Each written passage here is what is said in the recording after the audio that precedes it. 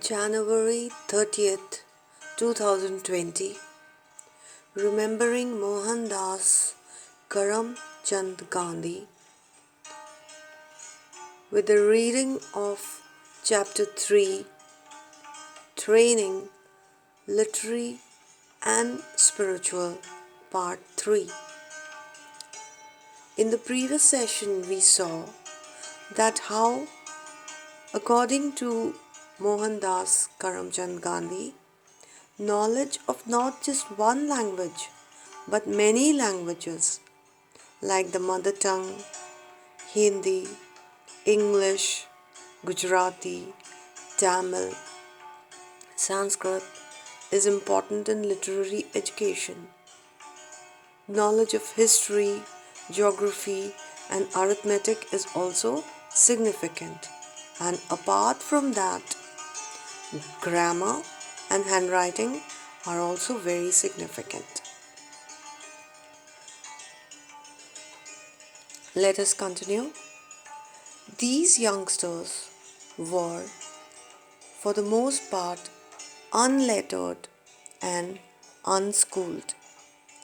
But I found in the course of my work that I had very little to teach them beyond weaning them from their laziness. Gandhi, as a teacher, found that he had very less to teach these boys because they were unlettered and unschooled. They were quite illiterate. He just had to stop them and arouse them from their laziness.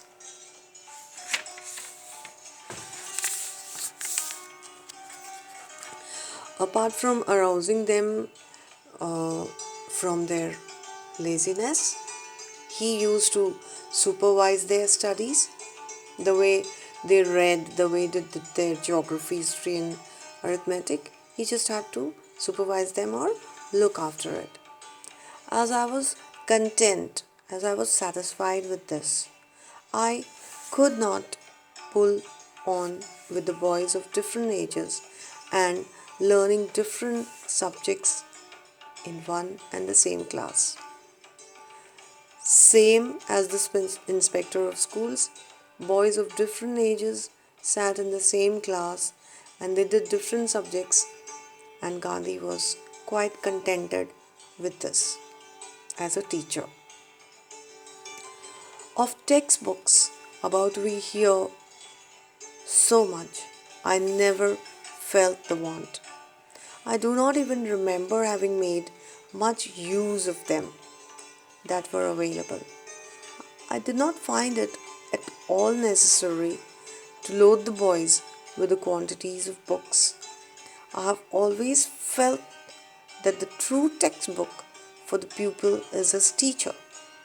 I remember very little that my teachers taught me from my books, but I have even now a clear recollection of the things they taught me independently of books. In this paragraph, Gandhi does not advocate teaching through books. He feels that books burden the students. He wants to teach beyond the books. According to Gandhi, a true book or a true textbook for the student is his teacher. If the teacher is capable, the teacher can do without a book. Students will remember more things that are taught beyond the books. Children take in much more and with less labor through their ears than through their eyes. I do not remember having read any book from cover to cover with my boys, but I gave them in my own language all that I had digested from my reading of various books, and I dare say they are still carrying a recollection of it in their minds. It was laborious for them to remember what they learned from books, but what I imparted to them by word of mouth they could repeat with the greatest ease. Reading was a task for them, but listening to me was a pleasure.